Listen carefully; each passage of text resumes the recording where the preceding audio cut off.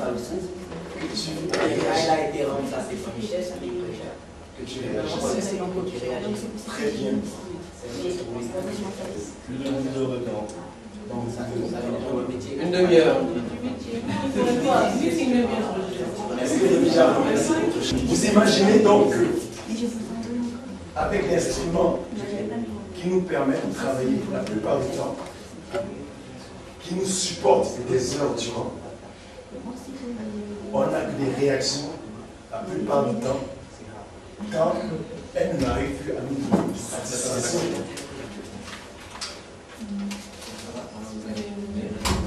Mais combien de personnes ou des amis avez-vous traité comme ça, comme une chaise? Regardez, combien de personnes ces 6 derniers jours, ces dernières semaines, avez-vous traité comme une chaise? À chaque fois qu'on est frustré. Chaque fois qu'on est frustré, on traite les gens comme des chaises. Il n'y a plus de considération. On s'énerve. À tout moment. Donc, la plupart du temps, on a du ressentiment. Mais est-ce que la chaise ne nous supporte-t-elle pas? Même si, à un moment donné de la vie, la chaise nous joue des sales coups, est-ce que le nombre de fois qu'elle nous a rendu service est supérieur au nombre de fois qu'elle nous a fait de faux coups? Pardon? Largement supérieur. Mais alors, pourquoi une personne dans notre vie qui souvent nous a rendu des services énormes, parce qu'elle a commis une faute un jour, on s'énerve contre elle. L'énorme service, moi ça charme sur elle. Nous n'aurions pas nous avoir une autre manière de se dire et de l'encourager, de lui permettre d'être plus créative. Cette personne-là, elle doit revenir vers nous à tout moment. Oui, forcément, ce n'est pas à tous les coups qu'on doit lui crier dessus. Voilà. C'est des fois, d'une certaine manière, quand la personne fait une faute, tu l'appelles, tu discutes avec lui, tu lui demandes mais qu'est-ce qui ne va pas, quels sont tes problèmes. Parce que si la personne change du jour au lendemain, ça veut dire qu'il y a des raisons. Donc il faudra essayer maintenant de comprendre ces raisons-là pour que maintenant tu reviennes sur le bon pied. D'accord, ça c'est très très important. Alors, pour toi, je te donne 4 pièces. 4 pièces, tu vas les distribuer autour de la table à tes amis. 4 pièces. Et je vais faire la même chose. Vas-y, distribue les pièces. Une pièce.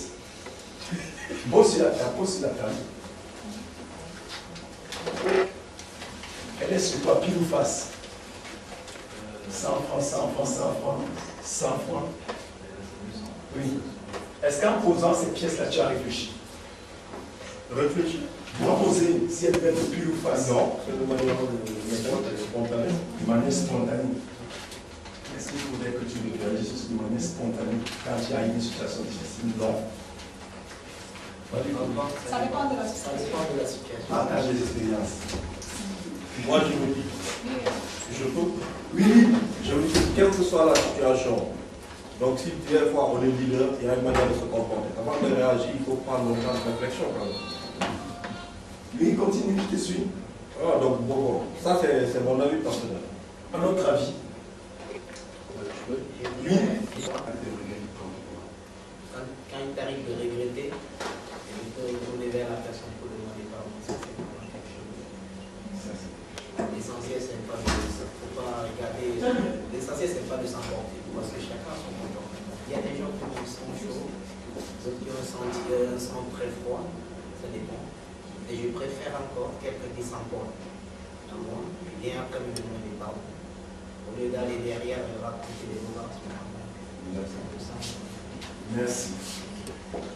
On va faire un petit jeu qui est toujours la chaise indienne. Merci pour la pièce. Oui. Bonsoir. En fait, par rapport à la question que vous m'a posée, moi je peux dire que parfois on peut être quelque part et la personne qui se trouve être notre dirigeant peut être stressée et il faut comprendre que parfois il peut... Mais oui, il a demandé qu'il ne faut pas qu'on traite n'importe quoi. Non mais c'est vrai, il faut comprendre, ça n'a rien à voir parce qu'il faut savoir savoir que, il faut juste savoir ne pas prendre tout ce qu'on dit à cœur, quoi. Parce que même quand on est avec des amis, parfois des amis ici sont stressés, ils disent des choses qu'ils ne pensent pas. Donc il ne faut pas tout le temps prendre ce qu'on vous dit ou quand vous criez dessus que voilà c'est la fin du monde. Donc le prendre à cœur et prendre ça pour. Merci. Oui. On a dû payer ce bidouille. Viens. Allez, vas-y. Et moi, je vais me mettre comme ça. Lui va se mettre comme ça, comme moi. Et je vais essayer de m'asseoir sur ses genoux. Voilà. Ok? Allez, assois-toi. L'autre aussi. L'autre aussi. Ça peut pas aller. Ouais. S'il y a la chaîne qui tombe, qu'est-ce qui se passe? Chacun assis. Chacun assis. Le dernier. Et maintenant, si j'enlève, si je quitte, elle tombe. Qu'est-ce que ça veut nous dire? Château de calme, solidarité. Dans votre travail, il faut être une équipe. Si un seul maillon saute, c'était le but de l'exercice, de faire comprendre que si un seul maillon quitte la chaîne de votre équipe, n'est plus une équipe, vous aurez beau vouloir avoir des résultats, mais il y aura toujours cette césure. C'est-à-dire que chaque fois que vous allez aller au travail, pensez que vous êtes toujours là, pas pour vous seulement, mais parce que vous faites partie d'un maillon, d'une équipe pour atteindre un objectif bien précis, qui peut être celui de l'entreprise, votre vie personnelle, pour aller de l'avant. Considération des autres aspects d'un même problème. Parfois, nous sommes incapables de voir les autres facettes d'un problème qui sont voilées par une vision pas approfondie ou par un excès de confiance en soi. Il existe des moyens d'améliorer notre capacité d'envisager un problème sous deux angles différents sans changer d'opinion. Bon terme. Oui, cher ami, un commentaire. Oui. Elles ne vont pas avec ce que nous croyons. Même si une personne dans la salle dit des choses qui sont contraires à ce que nous pensons profondément, rien de mieux que je viens de dire. Il faut savoir, pas l'entendre, mais l'écouter. Écouter, ça veut dire qu'on lui prête attention, qu'on lui laisse l'opportunité d'exprimer son point de vue.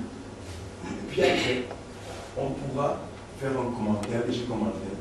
Mais seulement, pour ne pas choquer son ego, il ne faut pas entrer dans la confrontation en voulant lui faire comprendre immédiatement que ce qu'elle dit n'est pas vrai. Parce que ce qu'elle dit, peut-être ce n'est pas facilement précis, mais en un temps plus peut-être vrai. Dans l'environnement où nous sommes, et nous justement permet de regarder en disant, ici, c'est peut-être sorti de notre point de vue, mais nous pourrons le réserver pour prochainement. Oui. Si vous permettez pour illustrer, si vous êtes d'accord avec ce qui disait par rapport à la réaction qu'il faut prendre, mais pour partager et savoir écouter et analyser ce qu'il disait, c'est en train d'analyser intérieurement ce que vous avez dit. Et donc, vous ne pouvez pas partager mon opinion publiquement.